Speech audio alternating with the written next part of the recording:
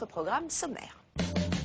Dans quelques minutes, Intérieur Sport, les Fennecs algériens ne sont plus qu'à un point du mondial. 24 ans que les Verts ne se sont plus hissés au sommet planétaire. En tête de leur groupe, ils devront affronter en ultime rencontre leur principal adversaire, l'Égypte. Guillaume Pivot les a suivis la semaine dernière pendant leur campagne. C'est à ne pas rater. 14h25, la deuxième journée de H-Cup, la Coupe d'Europe de rugby. Le Biarritz Olympique reçoit Gloucester. Le BO doit confirmer son retour au sommet. Après une belle entame de compétition, ils auront face à eux de solides Anglais. France-Angleterre, c'est d'ailleurs la tonalité de cette deuxième journée. Nous vous dirons tout. 16h30, retour de la Première Ligue. Arsenal reçoit Birmingham pour cette 9e journée. Les Gunners sont passés 6 buts il y a 15 jours à leurs adversaires. Beaucoup d'internationaux chez les Londoniens. Alors voilà, dans quel état seront-ils? La réponse tout à l'heure pour un match qui promet d'être spectaculaire. Et pour débuter notre bel après-midi, place à votre séance Intérieur Sport, le seul rendez-vous documentaire au cœur du sport et des sportifs. Guillaume Pivot, bonjour. Bonjour. Bienvenue, vous êtes le réalisateur du documentaire à suivre. Vous avez donc suivi les Fennecs algériens la semaine dernière à l'occasion de son match face au Rwanda dans le cadre des éliminatoires à la Coupe du Monde. Un match sous haute tension et pour cause gros enjeux. Oui, ça fait 24 ans que l'Algérie n'a plus connu la Coupe du Monde depuis la Coupe du Monde au Mexique en 1986. Et puis pendant 20 ans, le pays a connu une crise politique, économique qui a rejailli sur le football. Donc il y a eu une grosse crise du foot. Les 2 dernières Coupes d'Afrique des Nations, l'Algérie n'y a pas participé. Alors l'espoir est revenu seulement l'année dernière quand ils ont battu le Sénégal, ce qui n'est pas rien, pour se propulser au dernier tour qualificatif de la Coupe du Monde. Ils ont été reversés dans une poule de 4 avec l'Égypte, la Zambie et le Rwanda. Seule la première place est qualificative. Et ils ont battu l'Égypte à domicile au mois de juin, ce qui a lancé un fol espoir. Et on va le rappeler juste avant ces 2 dernières rencontres qualificatives, l'Algérie est en tête avec 3 points d'avance sur l'Égypte. Les calculs étaient simples. Il suffisait pour l'Algérie de battre le Rwanda, de compter sur un faux pas de l'Égypte en Zambie pour se qualifier dès le week-end dernier pour la Coupe du Monde. Et c'est tout ce suspense-là que vous avez suivi la semaine dernière. On va les suivre dans un instant, mais quel que soit le résultat, on a le sentiment qu'il y aura un avant et un après cette campagne de qualification pour le mondial. Les structures, les mentalités sont en train de changer. La sélection a changé. Le football algérien, effectivement, est en train de changer grâce à un homme, le président de la fédération, qui est passé par la FIFA, qui a beaucoup de réseaux, qui a réussi à redonner une nouvelle ambition à l'Algérie. Et puis grâce aussi à beaucoup de joueurs qui évoluent dans les plus grands clubs européens. On les connaît tous en Ligue 1, Ziani, Belhadj, Mansouri par exemple. Ils sont formés en France, ils sont nés en France, ils ont aussi un passeport français. Mais ils ont décidé de retourner dans leur pays d'origine pour défendre les couleurs des Fennecs, les couleurs vert et blanche.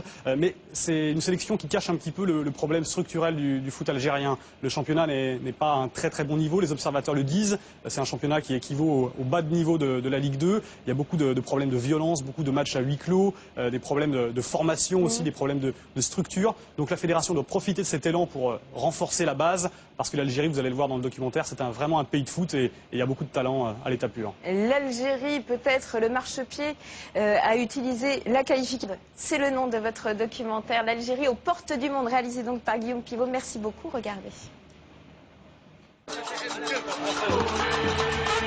Harmonie Édition. Groupe Milano et Groupe Torino.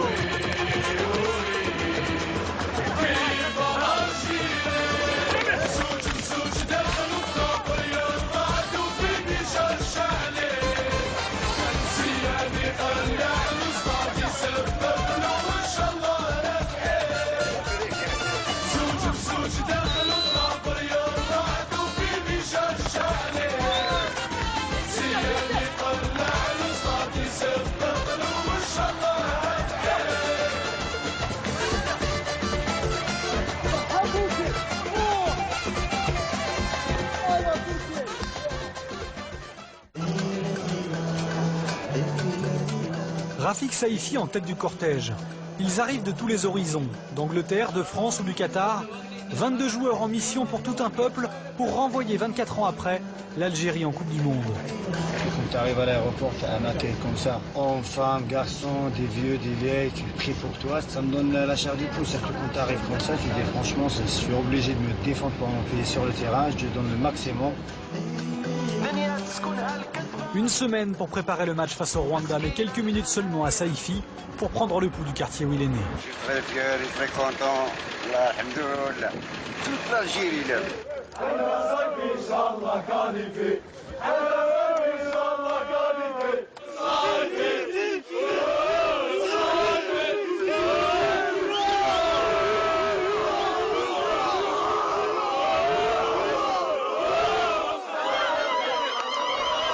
Je suis descendue en bas pour le voir. Je ne l'ai pas vu, j'ai vu la foule. Il y avait plein de voisins, ses amis d'enfance qui le supportaient avec une très grande joie. Alors moi, j'étais aux anges.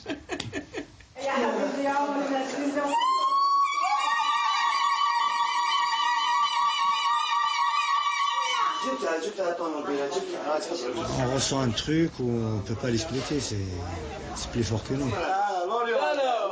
Et je suis prêt pour entamer la semaine avec un moral bien élevé. Rafik Saïfi, c'est le grand frère de la sélection. Ses cadres, Ziani, Mansouri, Belhadj, ont grandi en Ligue 1.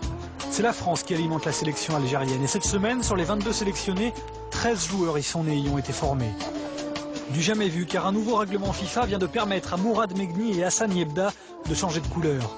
Champions du monde chez les jeunes avec les Bleus, mais jamais sélectionnés chez les grands, ils viennent d'intégrer la sélection de leur pays d'origine. Les radios, il n'y a pas. Alors, il y a bien une première réaction à ta convocation à l'équipe nationale quand tu l'as reçue. Je suis fier d'être ici. Moi, je ne veux pas dire que j'étais surpris parce que voilà, c'était déjà fait un peu avant. Les joueurs, je les connais tous déjà avant. Je connaissais Karim Ziani, Belhadj.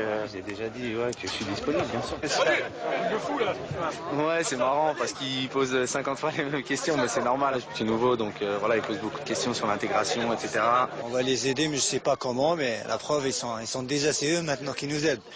Et maintenant, il reste encore, je pense, à partir de demain, il faut rentrer dans le match et se concentrer. Parce qu'il y a trop de médias, il y a trop de pubs, tout ça.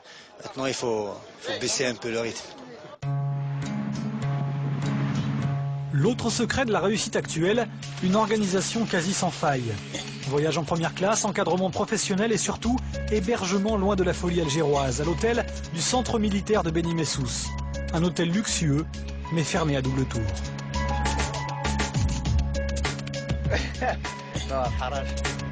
On a Beni Messous, il fait chaud, la vie est belle, Abdel, tranquille. Une sélection aux petits soins. Ah, des petites lasagnes, de la mayonnaise. Des conditions dignes des plus grands clubs européens et l'ambiance s'en ressent. Tu veux manger avec nous? Notre caméra sera la seule autorisée à pénétrer dans le terrier des Fennecs. Ça, c'est la nouvelle tendance. Voilà. Ah ouais, ça, c'est la nouvelle génération. Ça, c'est où? Mouchlar Chemblach, les Allemands. Vas-y, répète, t'as dit.